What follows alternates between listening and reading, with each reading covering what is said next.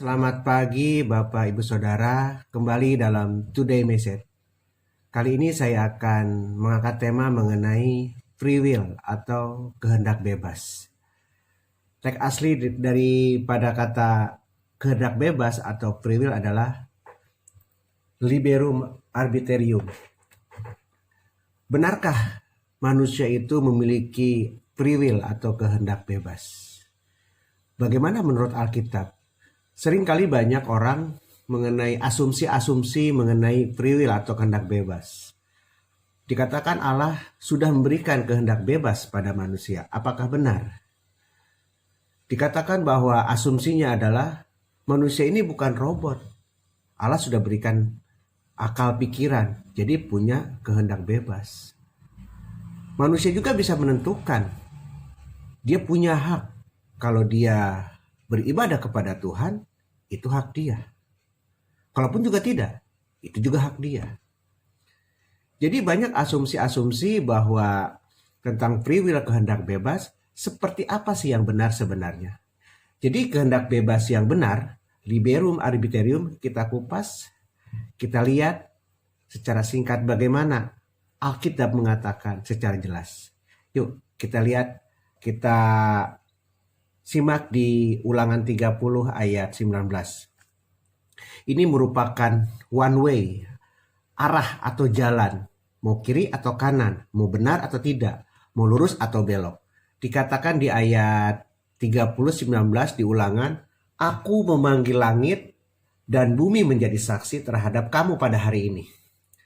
Kepadamu kuperhadapkan kehidupan dan kematian, berkat dan kutuk. Pilihlah kehidupan, supaya engkau hidup, baik engkau maupun keturunanmu. Ini di Ulangan ini Tuhan telah memberikan sebuah pilihan. Tapi kalau di ayat terakhir, di ayat yang B dikatakan, supaya engkau hidup, baik engkau maupun keturunanmu. Berkat dan kutuk, pilihlah kehidupan. Jadi ada sebuah pilihan. Kembali kita memang diperhadapkan sebuah pilihan, bicara hak.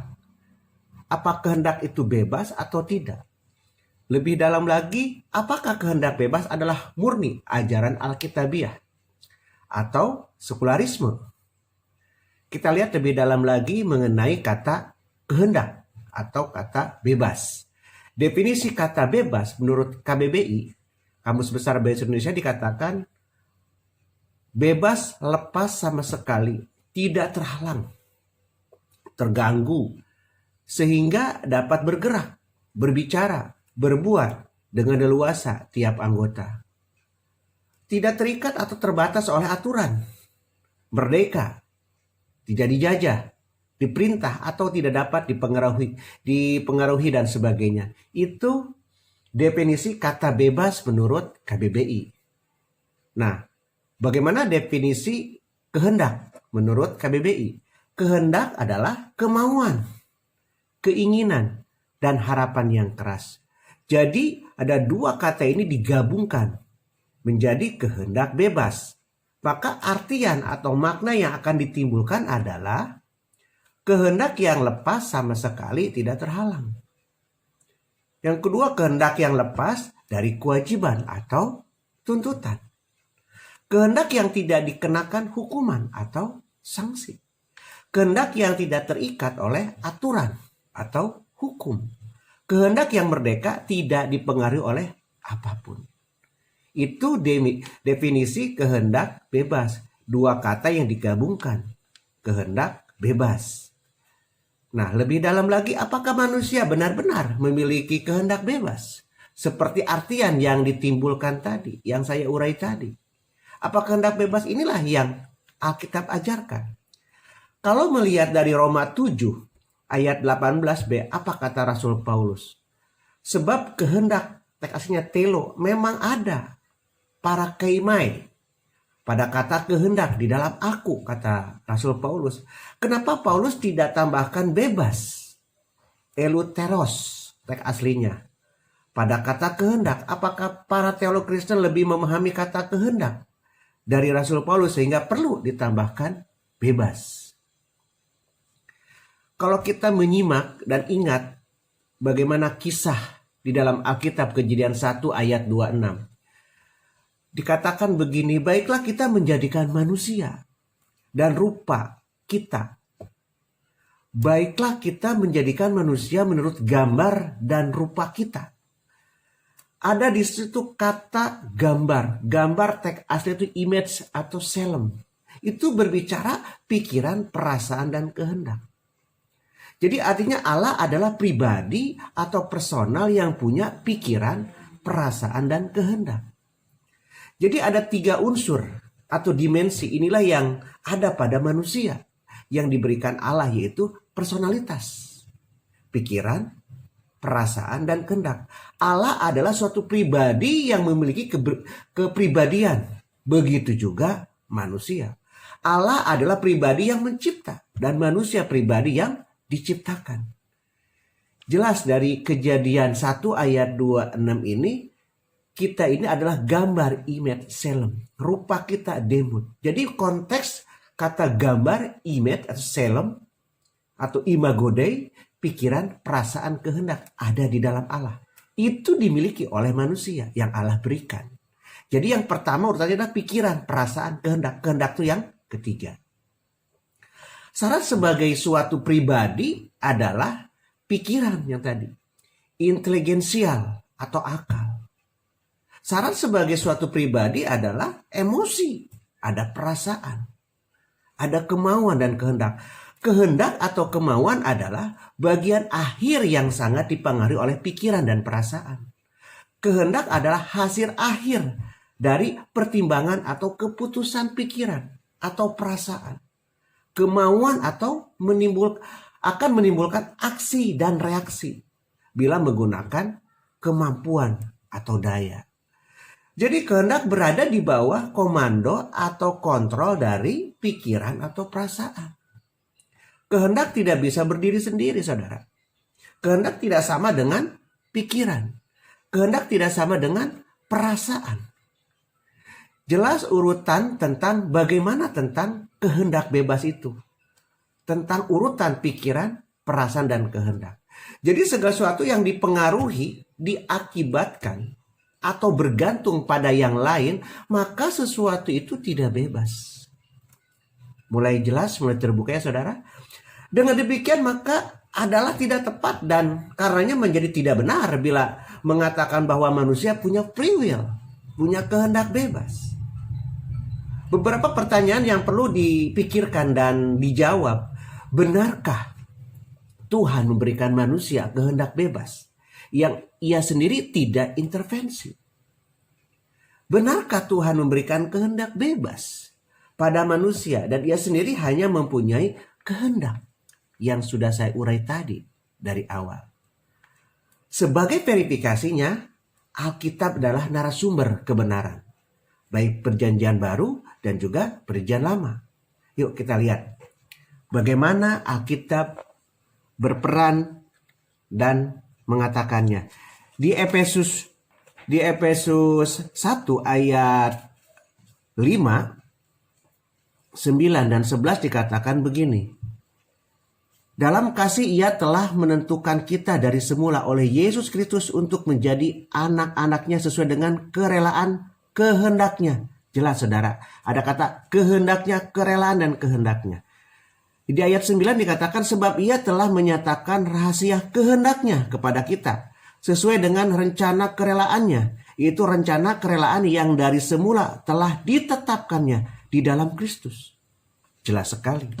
Yang ke-11 dikatakan aku katakan di dalam Kristus karena di dalam dialah kami mendapat bagian yang dijanjikan. Kami yang dari semula ditentukan untuk menerima bagian itu sesuai dengan maksud Allah yang di dalam segala sesuatu bekerja menurut keputusan kehendaknya. Jelas semua itu adalah kehendak Tuhan.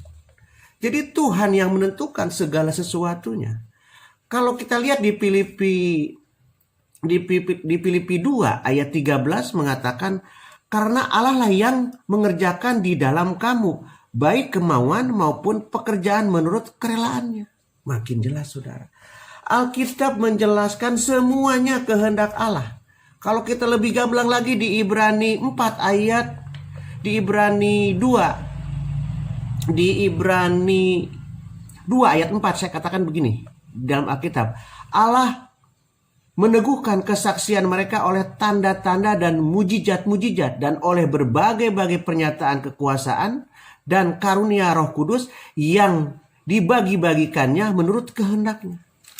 Jelas semua perjanjian lama, perjanjian baru mengatakan tentang semuanya adalah kehendak Allah, kerelaan Allah.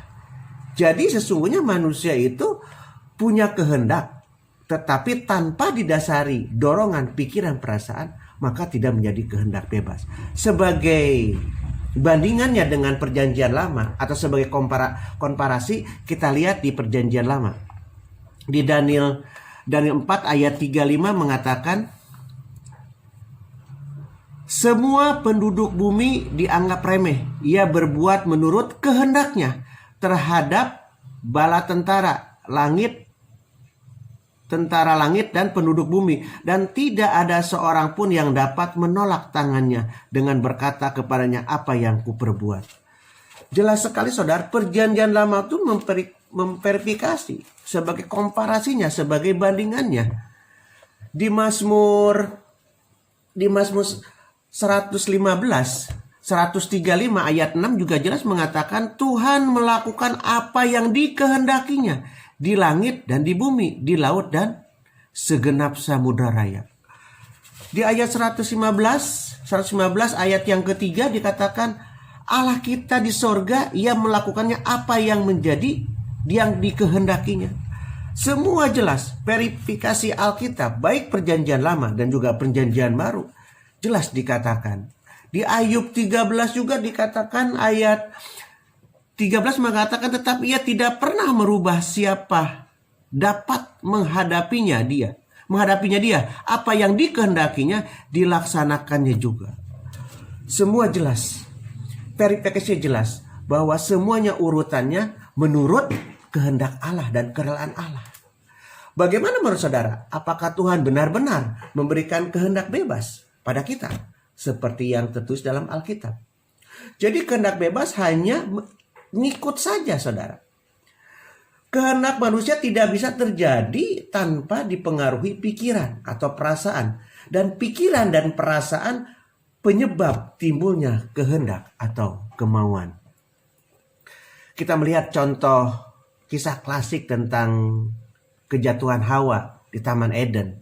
Di Kejadian 3 ayat 1-6 mengatakan, jadi gini, kejatuhan Hawa saat yang pertama bukan karena kehendaknya saudara. Yang muncul tiba-tiba tanpa alasan. Ini bisa terjadi hanya karena kesalahan fatal keputusan pikiran perasaan. Pikiran perasaan Hawa ketika ada sebuah percakapan dengan si ular. Sambil melihat pohon atau buah pohon itu yang menarik hati, yaitu pohon pengetahuan baik dan yang jahat. Itu ada sebuah percakapan. Maka ketika Hawa mengambil buah itu, mengambil keputusan, prosesnya adalah pikiran dan perasaan. Jadi kehendaknya ada. Didorong oleh pikiran dan perasaan, maka terjadilah dia jatuh di dalam dosa. Menjadi kesimpulannya begini saudara. Jadi kehendak manusia bergantung kepada apa yang dipikirkan atau yang dirasakan. Kehendak manusia menjadi berfungsi karena manusia punya pertimbangan dan punya pengambilan keputusan di dalam pikiran dan juga perasaan. Jadi kehendak bebas yang benar adalah berdasarkan pemikiran yang alkitabiah. Di luar itu muncul kehendak bebas dari si iblis yang merusak kehendak Allah yang benar. Contohnya Hawa tadi ketika di Taman Eden dan memakan buah dan diberikan kepada Adam. Dengan demikian maka kehendak manusia tidak bebas. Tidak boleh disebutkan sebagai kehendak bebas tanpa tidak sepikir dan seperasaan yang terdapat juga di dalam Kristus. Itu gambaran singkat saudara mengenai kehendak bebas, mengenai free will. Kiranya pencerahan ini, keterangan ini menjadi berkat buat kita semua. Demikian Today Message, belajar kebenaran dari sumber yang benar. Kehendak bebas yang benar adalah liberum arbiterium. Terima kasih, Tuhan Yesus memberkati. God bless you all.